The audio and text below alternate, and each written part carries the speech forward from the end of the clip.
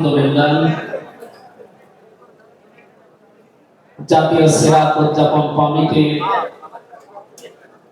ঐতিহাসিক সরোয়ার্দী উদ্যান ঢাকা বিশ্ব মানবতার মহান বন্ধু মুহাম্মদ রাসূলুল্লাহ সাল্লাল্লাহু আলাইহি ওয়াসাল্লামের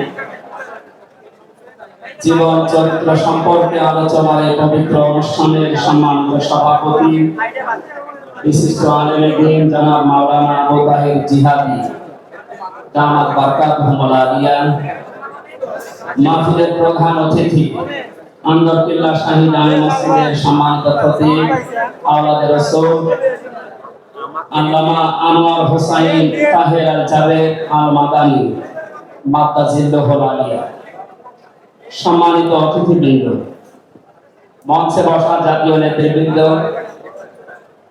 সামনে বসা মুসলমান ভাইরা, পর্দার আড়ালের সম্মানিত মা এবং বোনেরা,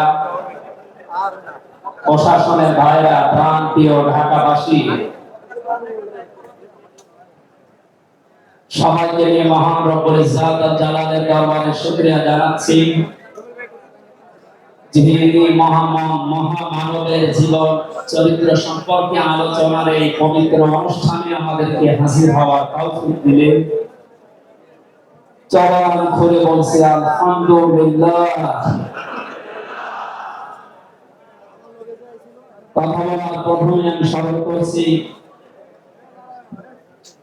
2024 সালের আগস্টের 5 তারিখ পর্যন্ত যারা মুক্তভাবে কথা বলার পরিবেশ তৈরি করে দেওয়ার জন্য নিজের জীবন পর্যন্ত দিয়ে গেলে শাহাদাতের সর্বোচ্চ মাকাম আল্লাহ যেন তাদেরকে দান করেন।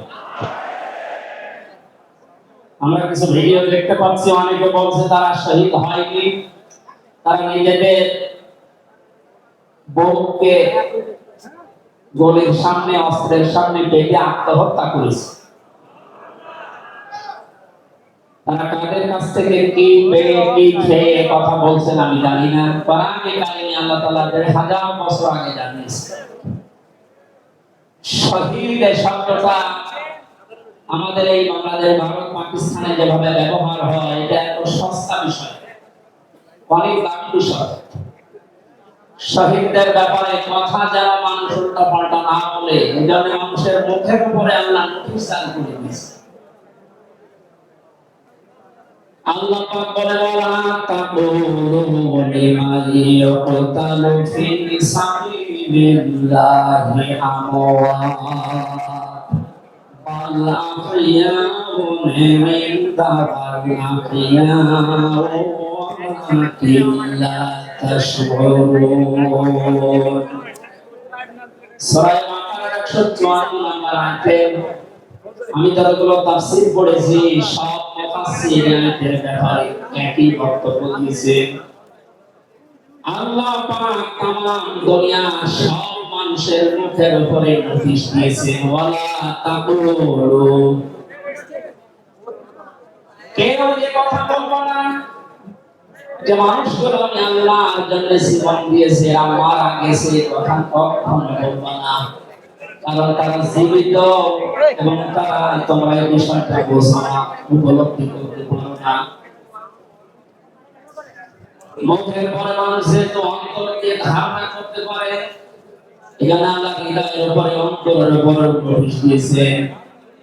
ওয়ালা তাহসাবান্নাল্লাযীনা কুতিলু ফি সাবিলিল্লাহি আমওয়াতা বাল আহইয়াউন ইনদা রাব্বিহিম ইয়ারযাকুন। সূরা আলে ইমরানের 169 নম্বর আয়াতে আল্লাহ জানিয়েছে, মুখ দিয়ে তো বলা যাবে না যে শহীদরা মারা গেছে, এমনকি অন্তরের ধারণাও মানবে না যে শহীদরা মারা গেছে, বরং তারা জীবিত এবং আমি আল্লাহর কাছে তারা রিজিক প্রাপ্ত হচ্ছে। বলেন আল্লাহু আকবার।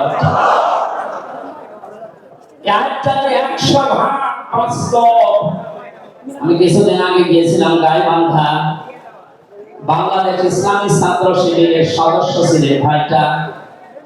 আগস্টের 5 তারিখের আগে তিনি জীবন দিয়েছিলেন জালিমের বুলেটের সামনে। শহীদ সাব্বির হোসাইন এক মাস পরে তার কবর ভেঙে গিয়েছিল এই বৃষ্টি পানিতে, তাজা রক্ত কবর থেকে বের হতে দেখা গিয়েছে।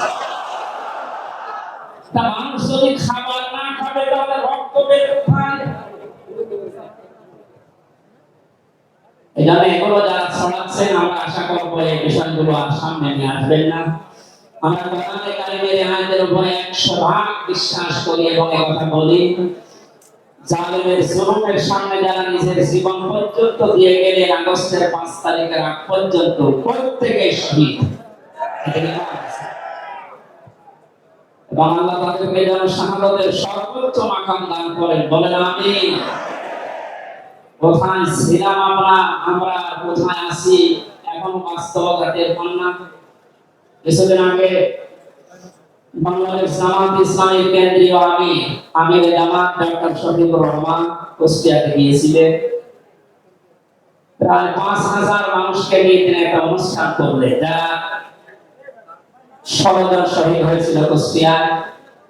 বাংলাদেশ জামাত ইসলামের পক্ষ থেকে 2 লক্ষ করে টাকা তাদের পরিবারের হাতে তিনি তুলে দিলেন। প্রায় 2.5 ঘন্টায় অনুষ্ঠানগুলো আমরা দেখলাম। বলে তো আগস্টের 5 তারিখের আগে 5,000 না, এরকম মানুষ যদি 5 জন এক জায়গায় হতো 14টা মামলা হতো। কোথায় ছিলাম আমরা, কোথায় এখন পৌঁছেছি, এরপরও যদি এটাকে কেউ নিয়ামত মনে না করে। গতকালকের একটা জরিপ আমি পেয়েছি, বাংলাদেশে 100 জনের 14 জন এখনো পর্যন্ত। আপনি ঘাবড়াবেন না, আমরা নরম হয়ে যাই এইভাবে।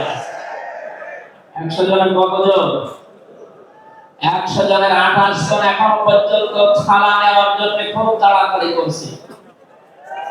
আমি নিলাম আমাদের বিষয় 100 জনের 58 জন মানুষ এখন চাচ্ছে দেশে আল্লাহর বিধান দিয়ে জমিটা চলবে। আগস্টের 5 তারিখ খুব বেশি দিন যায়নি। এই কয়েকদিনের ব্যবধানে যদি এই অবস্থা সৃষ্টি হয়, এই জন্য আমার মনে হচ্ছে দেশের অনেক মুনাফিকেরা বুঝে ফেলেছে বিষয়টা, জন্য খুব তাড়াতাড়ি করছে যে থানা আমাদের হাতে। আমার দাদা একটা গল্প করতেন, বিবাহ করার পরে বাসকান্তে বউকে রেখে একটু বাইরে গেছে।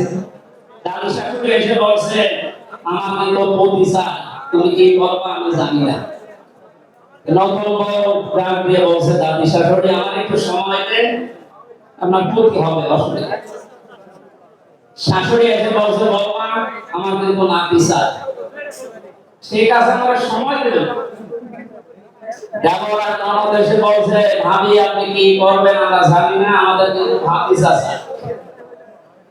কিছুক্ষণ পরে স্বামী এসে বলছে, বউ তুমি কি করবা আমরা জানি না, আমার বেবি চাই।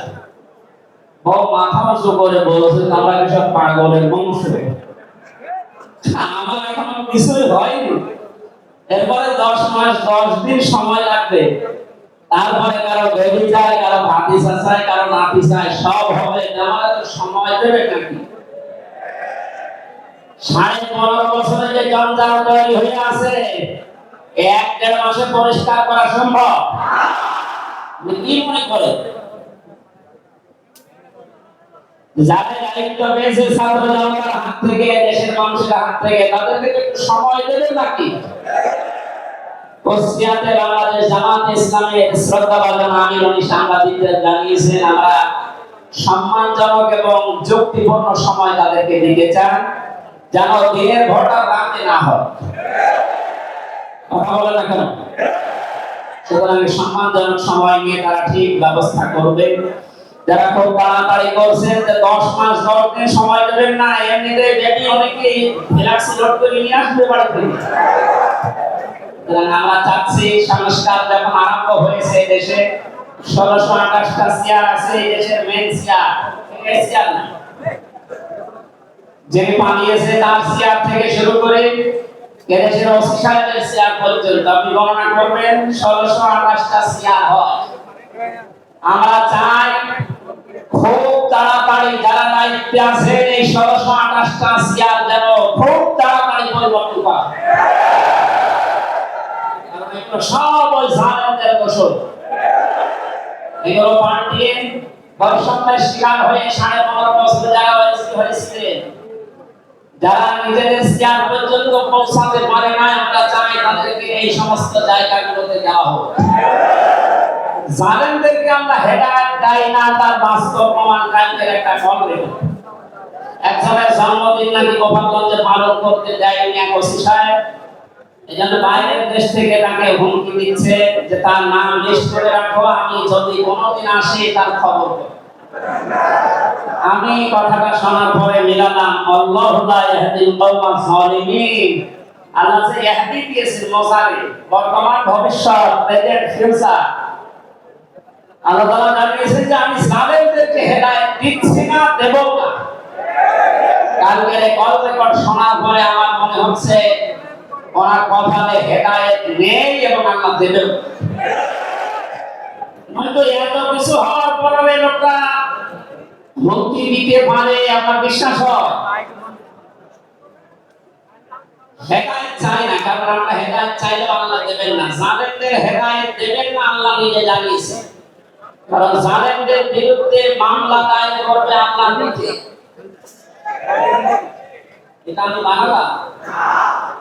6 সূরা 25 নাম্বার পারা, 6 নাম্বার পৃষ্ঠার 13 নাম্বার লাইনের 42 নাম্বার আয়াতে আছে, ইন্নামাস সাবিলু আলাল্লাযিনা ইয়াজলিমুনান নাস। ইলা আখির আয়াত। আল্লাহ পাক বলেন, অবশ্যই আমি আল্লাহ নিজে মামলা দায়ের করব, কেস করব, অভিযোগ দাখিল করব তাদের বিরুদ্ধে যারা মানুষ হয়ে মানুষের বিরুদ্ধে জুলুম করে।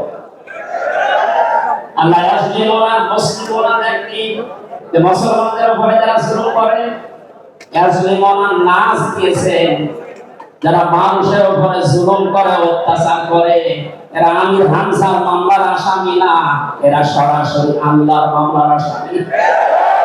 1628 জন যারা ছিলেন আপনারা কিন্তু বাংলাদেশের কারো মামলার আসামি না, সবাই এখন আল্লাহর মামলার আসামি। মামলার বাদী যত বড় হয় মামলা তত কঠিন হয় এবং জামিন পাওয়া তত কঠিন হয়। আপনারা জানেন আমি 20 বছর জেলে ছিলাম।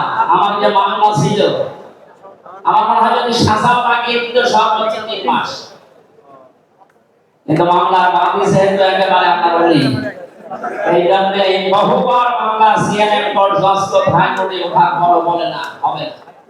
এই কয়েকদিন আগে মামলা আমার সব খারিজ হয়ে গেছে। আমি মনে করলাম মাননীয় আদালতকে প্রশ্ন করি যে আমার মামলা তো আপনার কাছে 3 বছর ছিল, এতদিন তো কিছুই করেননি, হঠাৎ এখন বছর কোনো দোষ নেই, সব ব্যবসা খালাস করে দিলাম। মামলাটা হাতে নিয়ে আমি বলছি এর ভেতরে তো কোনো মাল ম্যাটারস নেই, কি দিয়ে বিচার করব?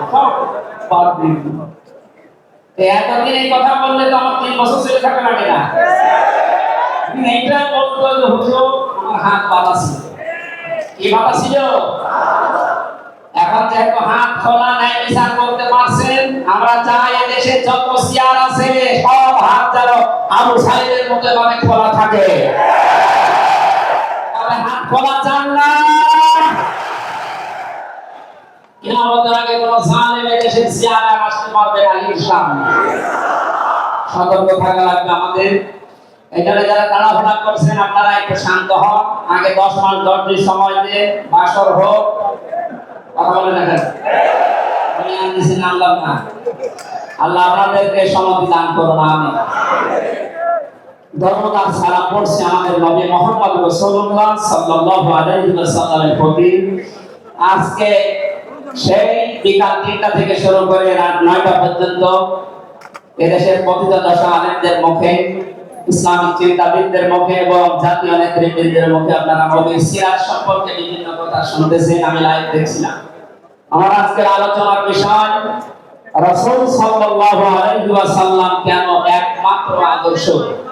এই পয়েন্টের উপরে কোরআন শরীফ থেকে হাদিস থেকে আমি 18টা পয়েন্ট বের করেছি। খুব সংক্ষেপে এর উপরে আপনাদের সামনে কথা উপস্থাপন করার চেষ্টা চালাবো ইনশাআল্লাহ। ওয়া তাওফীকি ইল্লা বিল্লাহ। জবান খুলে কোরআনের সোনালী আয়াতটা একটু পড়ে। আউযু আউযু বিল্লাহি মিনাশ শাইতানির রাজিম বিসমিল্লাহির রহমানির রহিম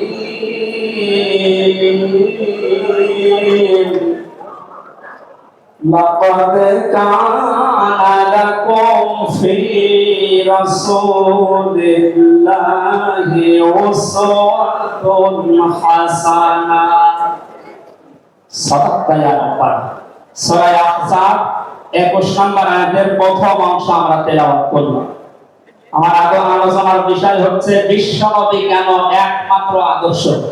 এই পৃথিবীতে বহু মানুষকে আমরা আদর্শের সৈনিক হওয়ার ঘোষণা দিতে শুনি, তারা স্লোগান পর্যন্ত দেয় আমরা সবাই অমক সেনা, ভয় করি না বুলেট বোমা। আজকের আলোচনার পরে এটা ক্লিয়ার হবে, বিশ্বনবী বাদ দিয়ে অন্য কারো আদর্শের সেনার ঘোষণা যদি কেউ দেয়, এ মারা গেলে নবীর সুপারিশ থেকে বঞ্চিত ও চির জাহান্নামে। আমরা যেহেতু মানুষ এবং আমরা মুসলিম, আমরা জাহান্নামে যেতে চাই না। এই ছোট্ট ভুলের কারণে ভুলটা আজকে শুধরিয়ে নেব ইনশাআল্লাহ। সূরা আহজাব কোন সূরা বলেন তো? এটা ক্লাস চলছে, ছাত্রের মতো জবাব দেবে। আহজাব শব্দের শাব্দিক অর্থ দল সমূহ। এর এক বছরে হচ্ছে হিজবুন। হিজবুন মানে দল। পৃথিবীতে দল আছে দুইটা। প্রশ্ন আসতে পারে বাংলাদেশে প্রায় ৭৩টা উপরে দল, আর দল দুইটা মানে হ্যাঁ। দল একটা হচ্ছে আল্লাহর দল, একটা হচ্ছে শয়তানের দল। আমরা সামনে বিস্তারিত এই দুইটা দলের উপরে কথা বলবো ইনশাআল্লাহ। দল করা লাগবে এই ঘোষণা আমির হামজা নাওয়ার এই শব্দটা শুনলে অনেকে বান্ধা কামড়ের দিকে নিয়ে যায়। আপনি আলেম মানুষ, হুজুর মানুষ, ইমাম সাহেব মানুষ, আপনি দল দাঁড়িয়ে এগুলো করবেন কেন? কোরআনে কারিমে যদি কেউ একটা আয়াত অবিশ্বাস করে, আর ঈমান থাকার কথা। আল্লাহ পাক বলেন ওয়ালতাকুম মিনকুম উম্মাতুন, তোমাদের ভেতরে অবশ্যই একটা দল থাকতেই হবে। দল এই শব্দটা কোরআনে আছে না নেই? দল বলে এই বাংলায় নেই, কিন্তু উম্মাতুনের শব্দ তো আছে। আমি সেদিন গাইবান্ধায় একদিন আলোচনা করার পরে একজন মুসলিম হয়েছিল, জিজ্ঞাসা করলাম। পরবর্তীতে ওই দিন আলোচনার বিষয় ছিল ভোট। উনি শিক্ষিত মানুষ, আমাকে জিজ্ঞাসা করছে আপনি ভোটের শব্দ নিয়ে আসবেন, কোরআনে হাদিসে এই শব্দ আছে? এখন আরবি হ্যাঁ আছে। আমানাত শব্দটা কোরআনে আছে, তাফসীরে মারিফুল কোরআন আল্লামা শফি রহমাতুল্লাহ আলাইহি আমানতের প্রায় 19টা অর্থ দিয়েছেন। তার ভেতরে অন্যতম অর্থ হচ্ছে ভোট দেওয়া, রায় দেওয়া, সমর্থন দেওয়া। সুতরাং কেউ যদি ভোট এটাকে দুনিয়ার কোন বিষয় মনে করে এড়িয়ে যায়, সে কিন্তু মরণের পরে ধরা খাবে। কথা বলে আমরা আখিরাতে আদালতে ধরা খেতে চাই, আমরা বাঁচতে চাই। সুতরাং দল মাস্তি করাই লাগবে যে দলের কর্মসূচি দুইটা, তারা ভালো কাজে আদেশ করবে, অন্যায় কাজে বাধা দেবে। আল্লাহর ভাষায় এরাই হচ্ছে সফল কাম দল। এদেশে যত দল আছে এই দুটি কর্মসূচি কারা পালন করে আপনি অবশ্যই দেখতে পাচ্ছেন। আপনার বিবেকের কাছে প্রশ্ন করে আপনি সামনে আগাবেন ইনশাআল্লাহ। তাহলে নবীজি আমাদের জন্য একমাত্র আদর্শ কেন? এর এক নম্বরে আমি পেয়েছি তার জীবনটা আমাদের কাছে পরিষ্কার। এই কারণে পৃথিবীতে আমরা যত নেতা নেত্রীকে মেনে চলতে দেখি, যে কোনো রাজনৈতিক দলের নেতা নেত্রী আপনি হন, ওই রাজনৈতিক দলের সঙ্গে মানে তার চরিত্র জীবন আপনার কাছে কিন্তু পরিষ্কার। কথা বলে না কেন? আমি নাম ধরে বলছি, আওয়ামী লীগ যারা করতেন, এখন আওয়ামী লীগের দেশে আছে কিনা আমি জানি না, আছে বলা মানে 14% ওরা এখনো পর্যন্ত তওবা করে ফিরে আসার চেষ্টায় আছে। আল্লাহ যেন তাদেরকে তাওফিক দেন। আর যদি হেদায়েত না থাকে দোয়া করে তো হবে না, আল্লাহ যেন তাদেরকে মায়ের কাছে পাঠিয়ে দেয়। তো আসতে বলে ভাই, এটা জোরে বলা দরকার। জীবন পরিষ্কার হওয়ার কথা বলছিলাম। যারা করতে না ওই বলেন তো আপনার বিবেকের কাছে, শেখ হাসিনা জীবনে কোনদিন একটা মিথ্যা কথা বলেনি, এই গ্যারান্টি আপনি দিতে পারবেন? এই কথা বলা ভুল হয়ে গেল। ওনার সারা জীবন সত্য কথা আছে কিনা?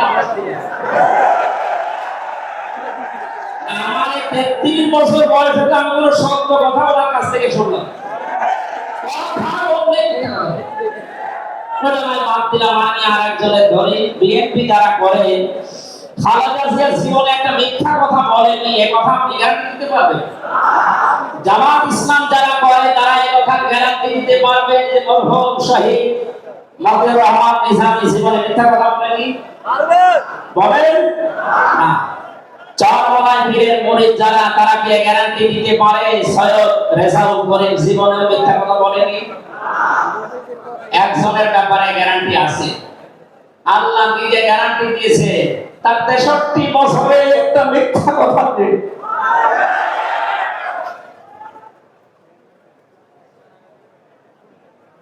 এই জন্য বিশ্বনাথের একমাত্র আদর্শ হওয়ার কারণে যে জীবনে 63 বছরে একটাও মিথ্যা কথা বলেননি। জোরে বলেন আল্লাহু আকবার। কত বড় বিষয় আপনি চিন্তা করলে আপনি চিন্তার রেখা শেষ করতে পারবেন না। আমাদের দিনের ভেতরে 24 ঘন্টায় কত মিথ্যা আসে, আর তারপর 63 বছরের জীবনে একটা মিথ্যা কথা তুমি বলেননি। 2 নম্বরে পেয়েছি আমি, তিনি উন্নত চরিত্রের অধিকারী ছিলেন। এমন চরিত্র আল্লাহ তাকে দিয়েছিলেন। আমি 3 জন নবীর নাম পেয়েছি, আল্লাহর নামের সাথে তাদের নাম আল্লাহ মিলিয়ে দিয়েছি। হযরত ইসমাঈল আলাইহিস সালামকে আল্লাহ ডাক দিয়েছিলেন গোলামিন হাবিব, আমার সহনশীল বান্দা। হযরত ইসহাক নবীকে আল্লাহ বলেছিলেন গোলামিন হাবিব, আমার জ্ঞানী বান্দা। আর মুহাম্মদ রাসূলুল্লাহকে আল্লাহ ডাক দিয়েছেন ওয়া ইন্নাকা লাআলা খুলুকিন আযীম। জোরে বলেন আল্লাহু আকবার। বৃষ্টি হচ্ছে না বাইরে? এখানে ওঠাতে করেন কেন? বসেন বসেন।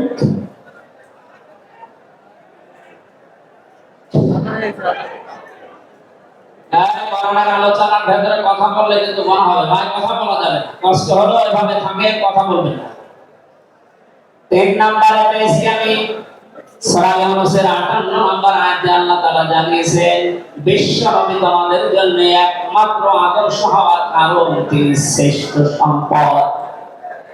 قل بفضل الله وبرحمته فبذلك فليفرحوا هو خير مما يجمعون।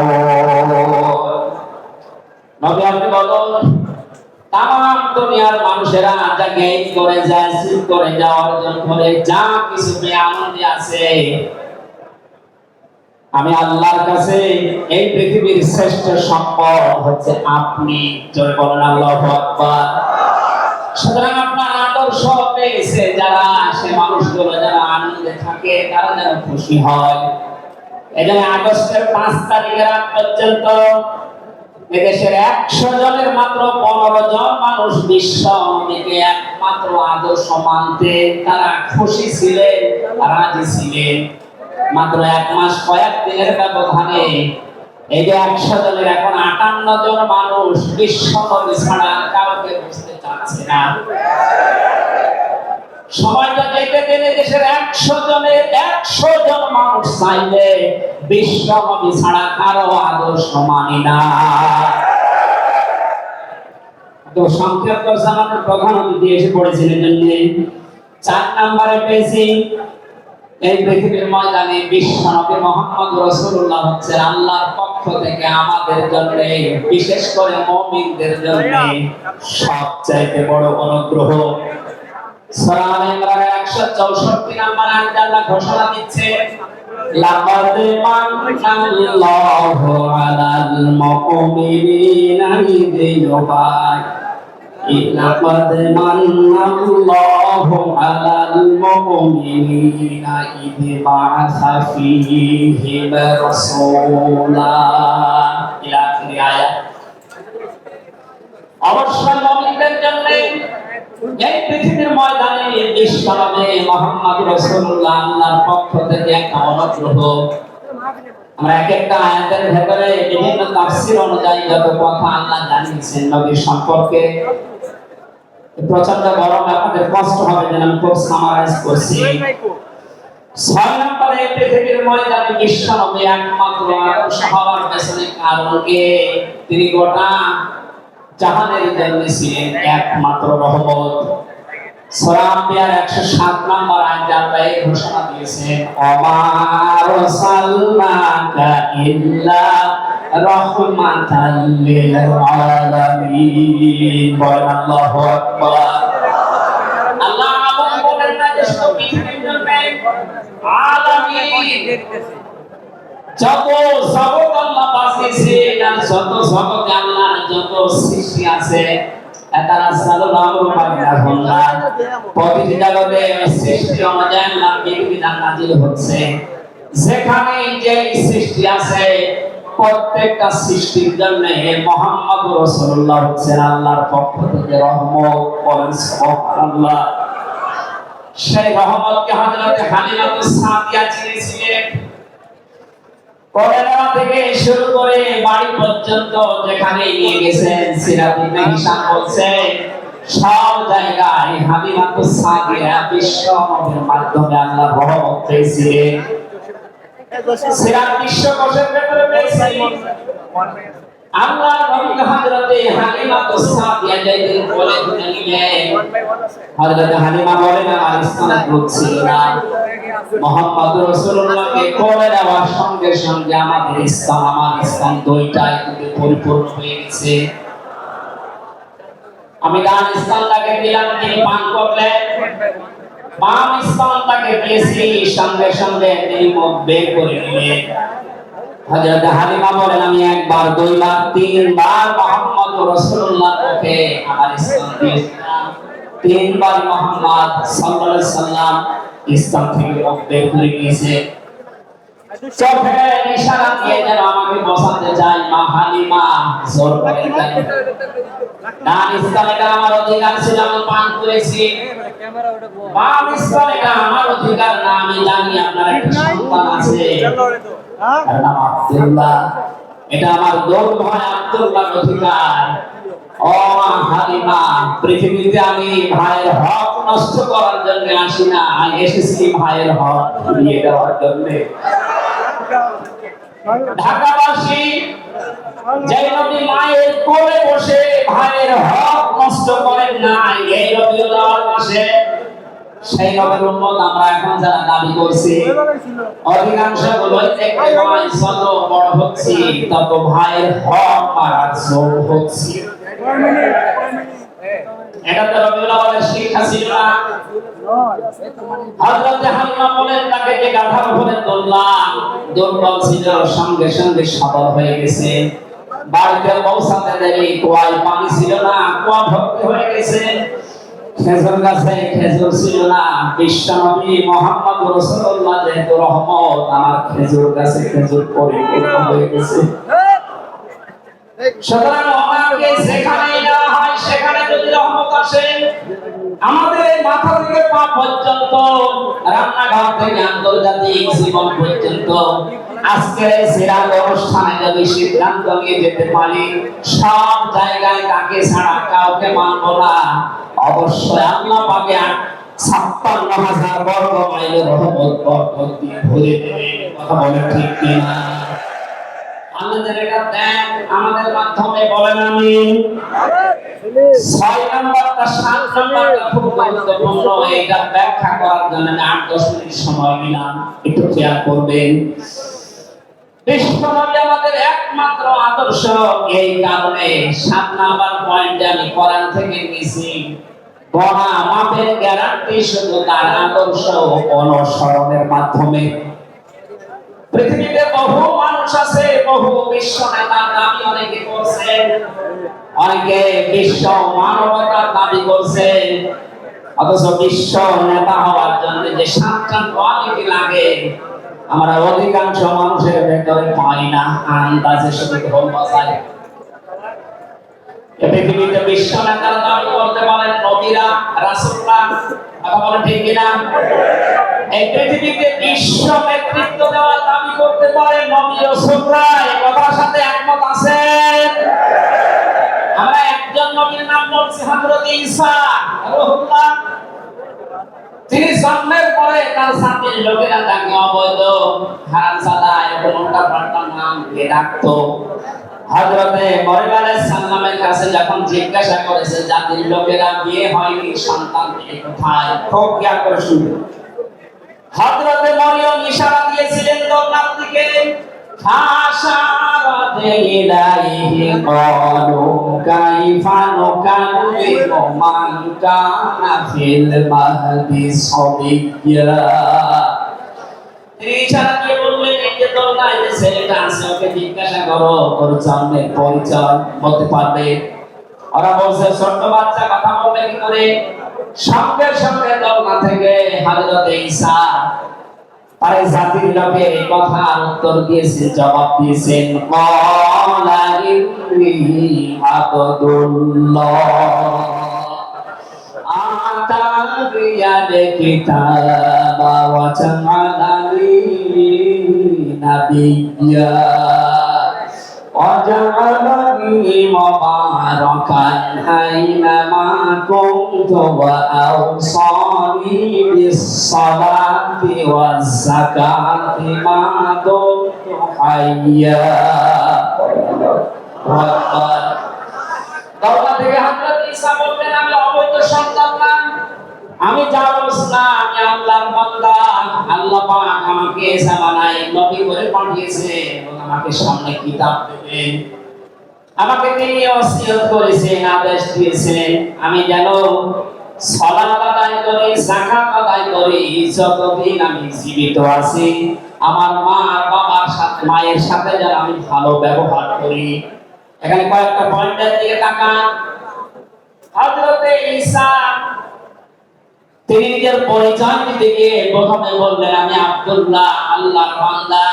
আল্লাহ আমাকে জামানার নবী করে পাঠিয়েছেন এবং কিতাব সামনে আমাকে দেবে। আজ পৃথিবীর ময়দানে যারা বিশ্ব নেতা হওয়ার কথা জানায়, যাদেরকে দাবি করা হয় না, কিন্তু মানুষগুলোর বাবা এক ধর্মের, মা এক ধর্মের, জন্ম আপনার আগে বৈধ হওয়া লাগবে, এরপর বিশ্ব নেতা। যে 7টা পয়েন্ট আছে আয়াতের তাফসীরে, অত জোরে বলার দরকার নেই, আপনি বুঝলেই হবে। বিশ্ব নেতা হওয়ার জন্য প্রথম কোয়ালিটি থাকবে আপনার জন্ম হওয়া লাগবে বৈধ। এই পৃথিবীর প্রত্যেকটা নবীর জন্ম ছিল বৈধ, কোন নবী অবৈধ না। কথা বলেন। অনেকে এমন দাবি করে কাছে তোলা হচ্ছে যার মায়ের ধর্মে বাবা, বাকি সবাই নাই নাই। ঢাকা মাসে এবার আসলে সুবহানাল্লাহ ইমানের 131 নাম্বার আয়াতের এই ব্যাখ্যাটা বলার জন্য আমি এই আশপাশে যাচ্ছিলাম। বিশ্বকে অনুসরণ করলে জীবনের গোনা মাপের গ্যারান্টি দিয়েছে কে? যেভাবে শুনেছি এইভাবে না, কিন্তু এখন ডিজিটাল যুগ, ডিজিটাল কায়দায় শোনা লাগবে। قُلْ إِن كُنتُمْ تُحِبُّونَ اللَّهَ فَاتَّبِعُونِي يُحْبِبْكُمُ اللَّهُ وَيَغْفِرْ لَكُمْ ذُنُوبَكُمْ وَاللَّهُ غَفُورٌ رَحِيمٌ। এটা তাফসীরে জিলানী